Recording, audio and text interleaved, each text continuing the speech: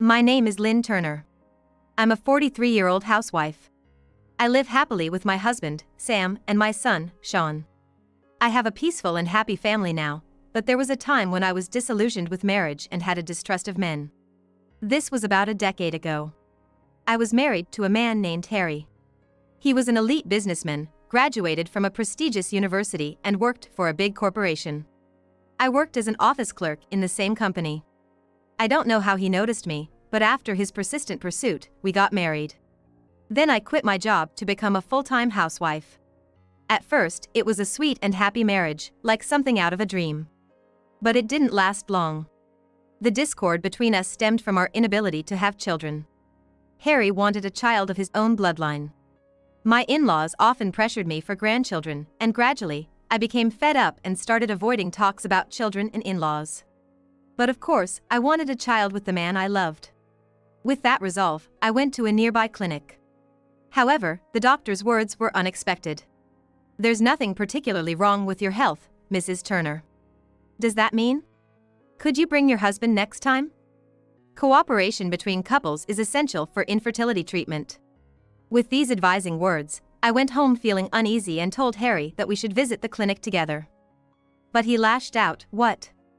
You're saying it's my fault we can't have kids? That's ridiculous. It's the wife's job to have kids, so it must be your fault." Since then, I couldn't talk about children or infertility treatment anymore.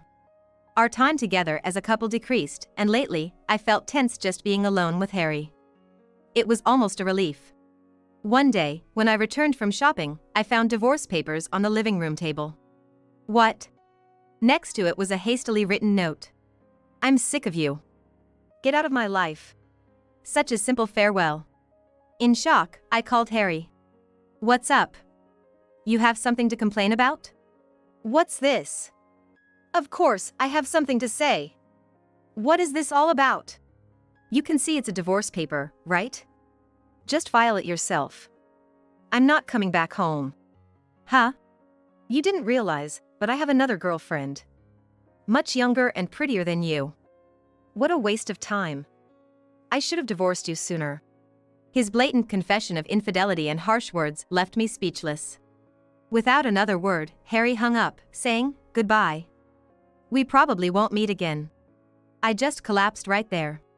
Tears started flowing naturally. They were tears of frustration.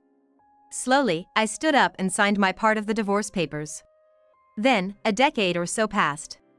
That day, my family and I were at a nearby shopping mall. After lunch, we decided to go our separate ways for a bit. Sam and Sean went to look at books in a bookstore, enjoying their time together. I wanted to rest a bit more, so I sat down on a nearby bench. That's when it happened. "Hey, isn't that you, Lynn? Long time no see." A familiar voice, one I thought I'd never hear again.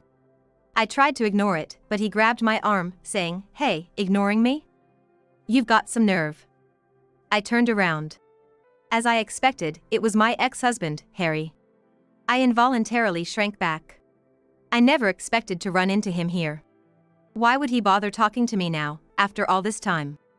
Harry immediately noticed the shining ring on my ring finger and snorted. "What, you got married again? Still infertile, I bet? You're too old to be dreaming like that." He spoke to me with the same contempt as before and then brought forward a young girl who was hiding behind him. "This is my daughter. Pretty, isn't she?" The girl, surprised to be addressed, stepped forward. With her beautiful face and long silky hair, she indeed looked lovely. But there was a hint of fear in her eyes. Harry, unasked, started bragging about her. "She's a model, recently started appearing on TV. But you, poor infertile woman, you'll never experience this," he said, crossing his arms and looking down at me. I wanted to retort, but I couldn't find the words. I was just like before. Just then, Sean, carrying bags from the bookstore, came running over. "Mom, what's going on?" I heard loud voices. "Who is this guy?" "Huh? Mom?" He looked foolishly surprised. "Yes, I'm not alone now. I have a precious family. I have the strongest allies by my side." I held back my tears and stood tall. Infertility? Oh, that was a thing of the past. Let me introduce you, this is my son. I hugged Sean, who had come to my side, and spoke clearly. Harry's eyes widened in surprise. Sean, catching on quickly, nodded briefly and gave Harry a polite smile. Nice to meet you. I've heard a lot about you. I'm Sean, I'm her son. I'll be a sophomore at Prestige Academy this year. What? Harry was taken aback. Perhaps by the mention of Prestige Academy. It's a well-known school in the region with high academic standards. The school has excellent students. Passers-by started to look at us, wondering what was going on. Harry clicked his tongue loudly and glared at me. As if to blame me for attracting attention. But I wasn't afraid anymore. In fact, I was more focused on how small-minded Harry seemed, wondering why I was ever afraid of such a petty man. I felt strong because I had my precious family with me. Sean's friendly smile faded, replaced by a cold look.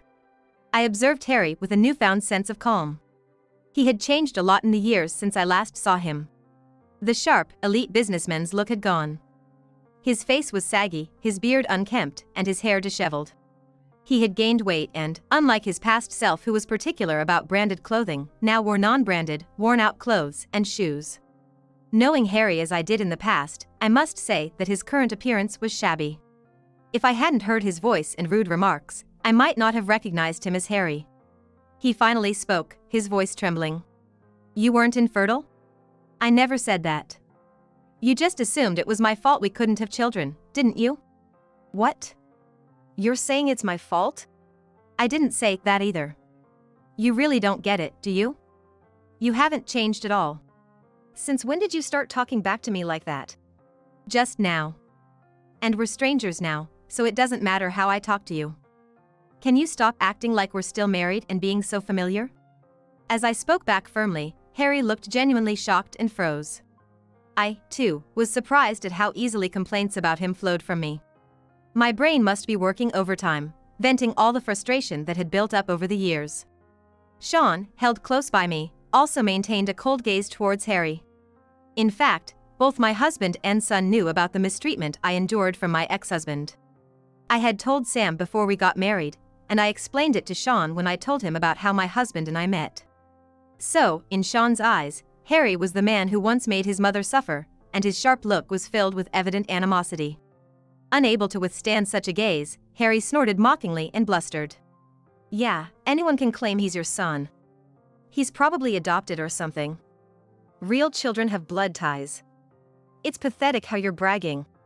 What? I returned his absurd comment with a mix of astonishment and anger. How far would this man go in belittling others? Just then, another ally of mine arrived. What do you think you're doing here? That's pretty rude, isn't it? Sam. Sam stood protectively in front of me and Sean. He faced Harry with the same cold look. Harry visibly flinched at the sight of the new arrival. Sam was taller and more physically imposing than Harry. So it's no wonder Harry was taken aback. Who are you to tell me to back off? You're just an outsider. Do you really think I'm an outsider in this situation? I am her husband. I'd like you to stop bothering my wife and son. Who's bothering? I was just saying hi to an old acquaintance. Really? Then our conversation is over, isn't it? Lynn, Sean, shall we go? Wait a minute. What do you still want? Sam turned us away, ready to leave. But Harry kept pestering us. He faced the cold stares of our family of three without backing down. Harry pointed at Sam. Was he never taught that it is rude to point at people? You're Lynn's husband? As I've been saying. And Sean is undoubtedly our child. You should stop making assumptions and fantasies. What? You're acting all high and mighty.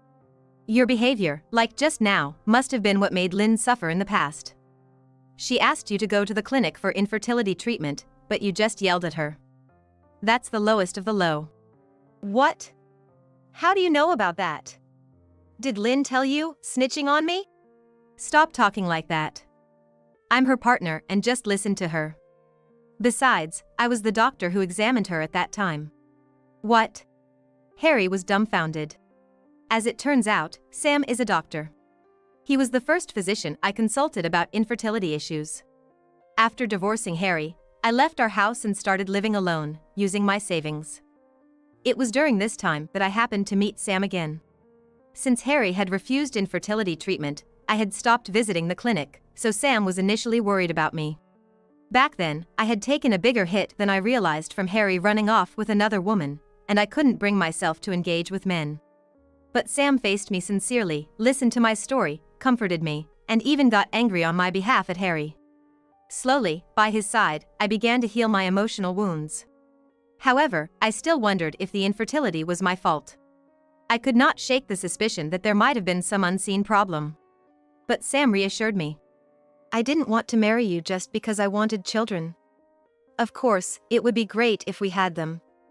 But I love you and care about you, and I want to be with you and protect you always. After his proposal, I accepted, and soon we were blessed with Sean. I was surprised and overjoyed. Despite his busy job, Sam actively took part in parenting. In fact, he might have been the main caregiver. Sam was utterly devoted and showed his parental adoration in everything. I relied on him and focused on recovering my health after childbirth. Sean grew up well, passing his middle school entrance exams, and now enjoys his adolescence with studies and extracurricular activities. They are all my precious family. What? A doctor husband and a son in a prestigious school, what's that about? Harry was flustered by the truths being revealed. Initially, he tried to belittle me, but now he was unsettled to realize that I was in a far happier family than he had. He couldn't genuinely acknowledge someone else's happiness, and only tried to look down on others. Such a hopeless man. Infertility isn't just a woman's issue. Half of infertility cases are due to problems on the male side. Despite wanting children, you assumed it was the woman's fault and pushed all the burden onto her. Infertility treatment requires cooperation between couples, and it's appalling how you ignored that. It's good that she left you. Shut up. Don't talk like you know everything. Unfortunately for you, I know more than you do. And saying we split up makes it sound like I was the one who was dumped. I left her, get it straight. Really? Is that so important? After all, you just ran off with another woman. You have some nerve saying that. Sam rubbed his temples, exasperated. Harry looked like he was about to throw a tantrum. Enough was enough. There was no point in continuing this unproductive conversation. There was nothing left to talk about anyway. In my mind, Harry was already a part of my past. I stepped up next to Sam, who was protecting me, and declared firmly. That's enough, don't you think? You and I are strangers now.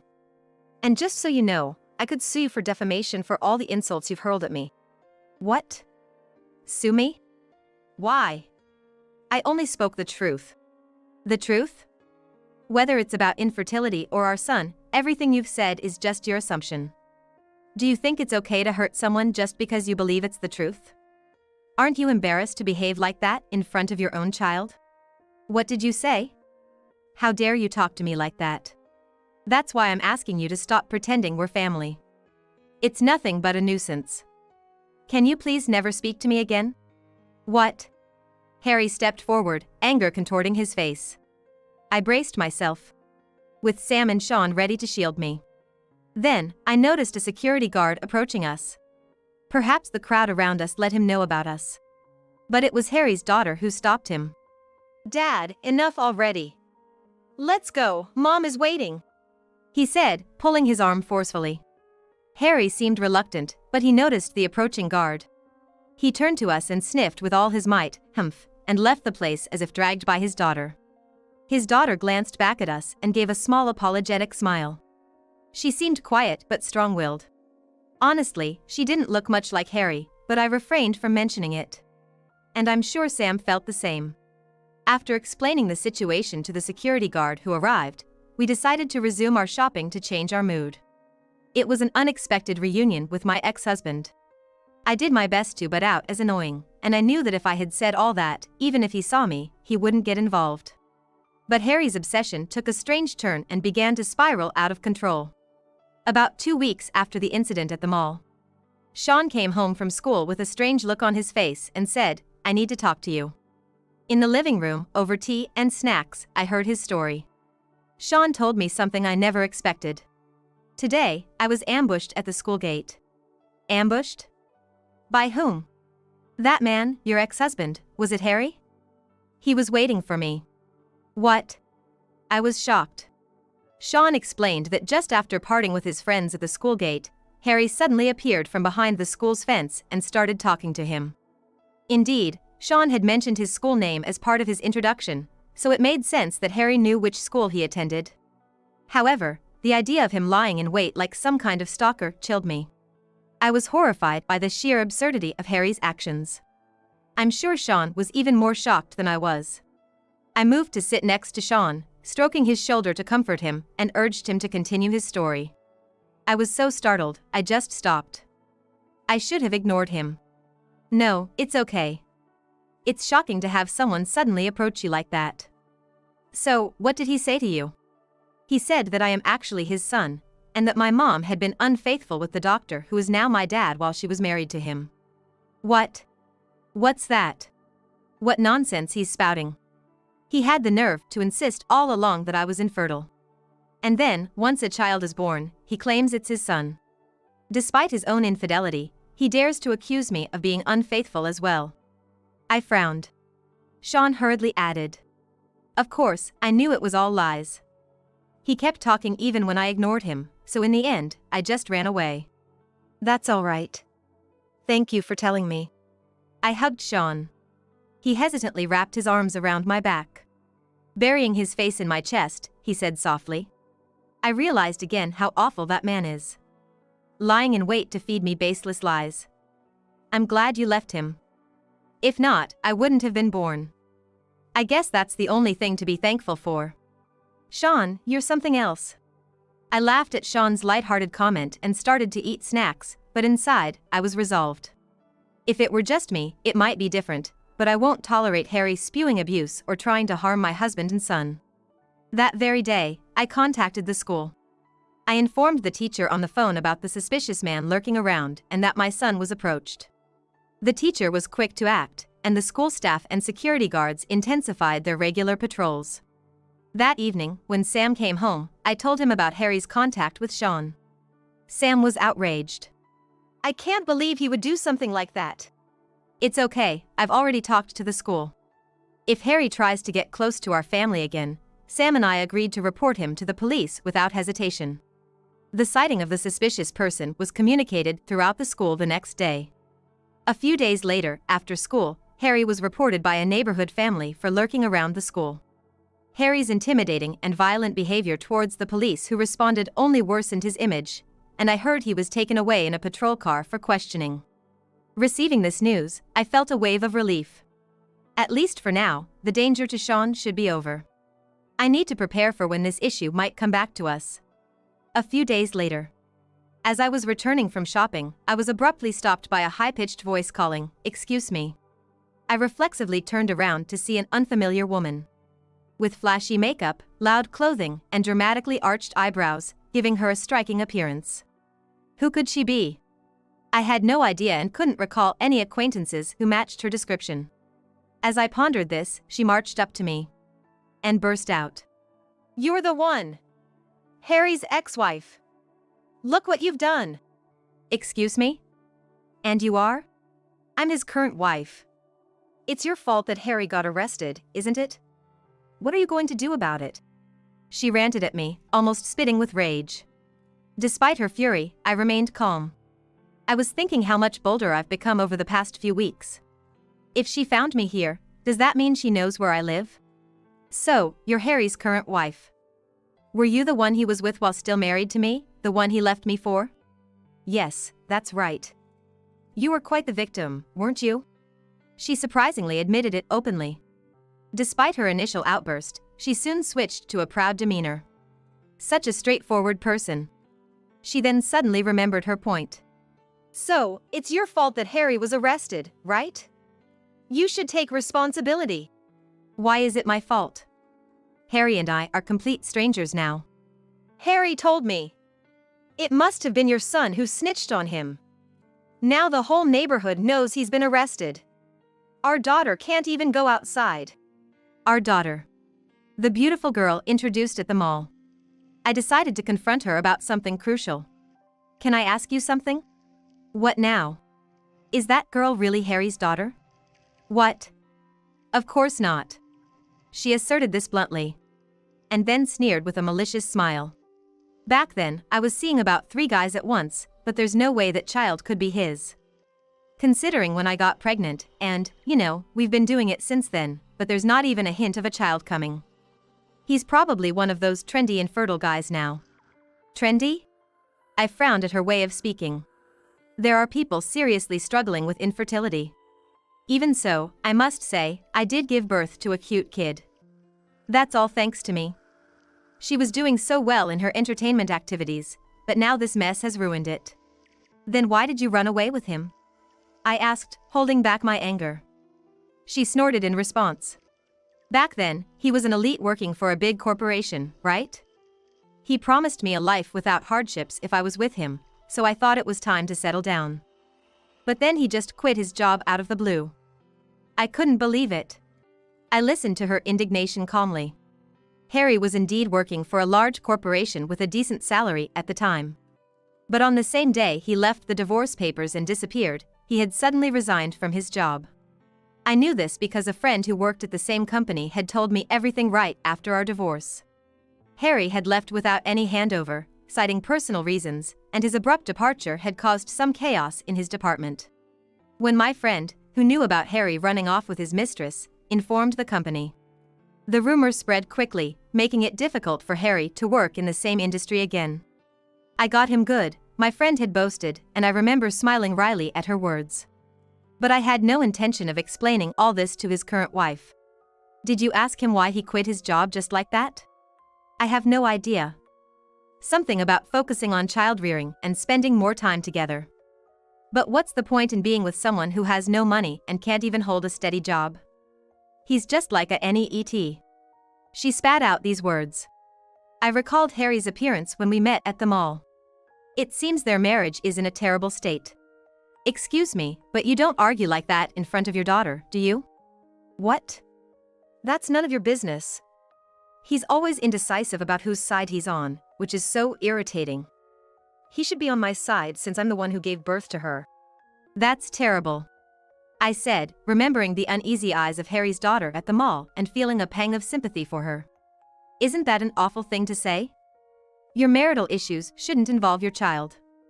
It's all your own doing, after all. What?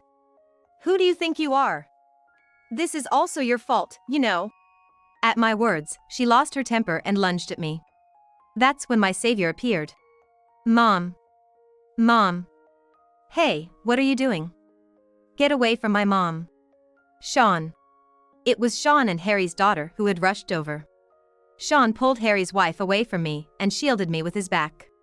Harry's irate wife was being restrained by her daughter.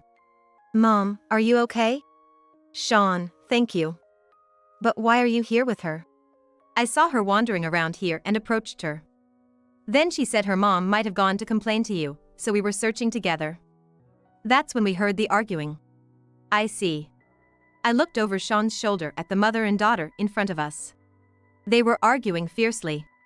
Stop it. I need to give her a piece of my mind. Mirabelle, you must feel the same, right? Mom, please stop this. It's embarrassing. Embarrassing, you say? Yes, it's unbelievable to cause trouble like this in public. Who do you think raised you? Your success in show business was all because I managed you properly. I appreciate you raising me, but that's different. And Mom, you always talk about my showbiz work, but I never wanted to do it.